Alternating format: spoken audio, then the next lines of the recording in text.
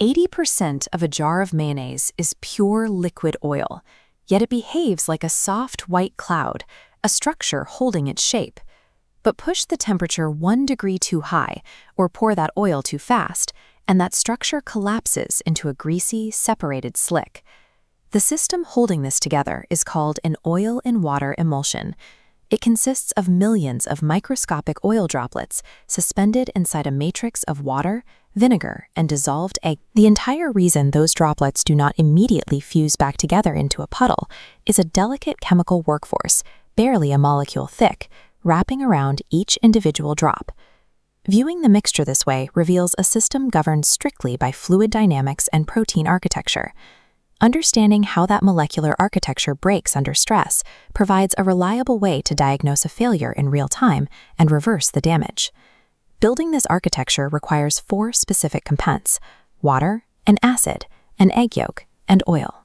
This diagram illustrates the target geometry.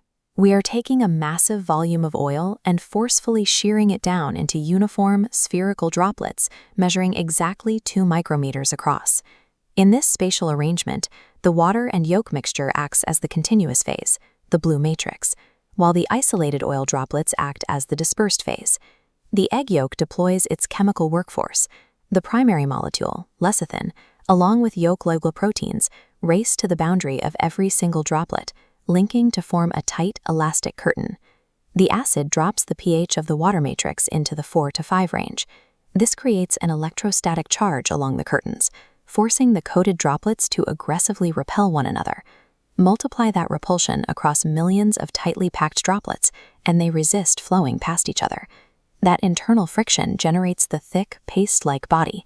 The structure's stability is visible on the surface. A clean, glossy ribbon trails behind the whisk as light bounces smoothly off the intact protein curtains.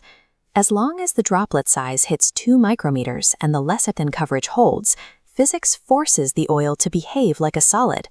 The most predictable failure happens at the very beginning of the process, adding the oil volume too rapidly.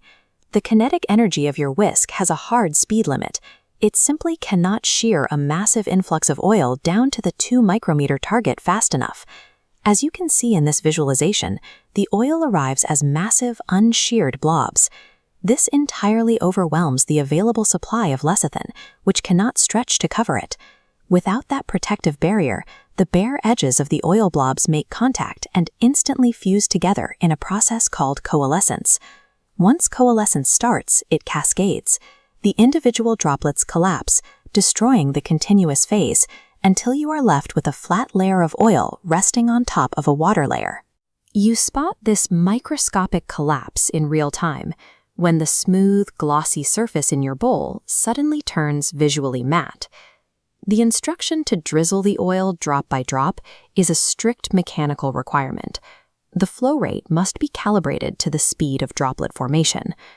The second failure mode triggers when the emulsion encounters heat, a food processor motor running long, a hot summer kitchen, or a warm sauce base. This diagram tracks the temperature threshold of the system. The absolute limit sits at 60 degrees Celsius, the point where yolk proteins begin denaturation.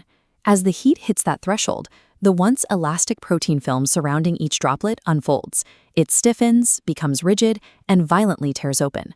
With the curtain permanently ruptured, the exposed oil droplets collide and immediately fuse. The sauce breaks. Heat damage also has a silent second-order effect.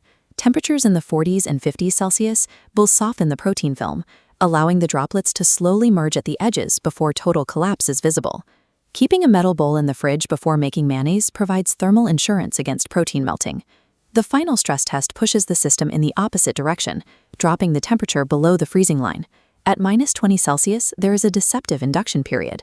For a few quiet hours, the sauce appears completely stable. Under the surface, as this visualization shows, the continuous water matrix is actively solidifying into sharp, branching geometric ice structures. As these ice crystals expand, their sharp points violently pierce right through the delicate lecithin and protein curtains surrounding the oil droplets. When the sauce thaws and the ice turns back to fluid, it leaves completely shredded protein curtains behind. The droplets immediately collapse into a weeping, separated mess. Unlike shear or heat failures, freezing inflicts permanent physical damage to the proteins themselves. No amount of whisking can repair a torn molecule. The freezer represents a hard thermodynamic line. Cross it, and the physical architecture of the emulsion is permanently destroyed. Whether you pour too fast, heat past 60 degrees, or freeze the water matrix, every failure ends in the exact same physical event, the tearing of the protein curtain. A broken mayonnaise is not chemically ruined. Without those curtains, the separated oil has simply settled into its lowest energy state. To reverse the collapse, you have to introduce an entirely new continuous phase. You need a clean bowl, a fresh egg yolk, and a splash of water to provide a brand new supply of emulsifiers. This diagram illustrates the rescue mechanics. Drizzling separated oil into fresh yolk forcefully shears massive blobs back down to 2 micrometers.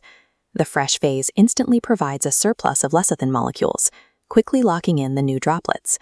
For minor breaks, where the sauce looks oily but hasn't fully separated, cooks sometimes use a different technique, whisking in a single tablespoon of boiling water. The boiling water temporarily re-energizes the proteins, helping them rapidly rewrap the droplets. And because a tiny splash of hot water hits a much larger volume of cold mass, it cools instantly, never pushing the bulk of the sauce past the 60-degree danger zone. Mastering this microscopic curtain gives you control over the entire kitchen. Hollandaise, béarnaise, aioli, and vinaigrettes all rely on the exact same physics. Analyzing these culinary systems through fluid dynamics provides the specific mechanical insights needed to prevent and fix common failures. Drop a comment below and tell me which kitchen failure you want deconstructed next.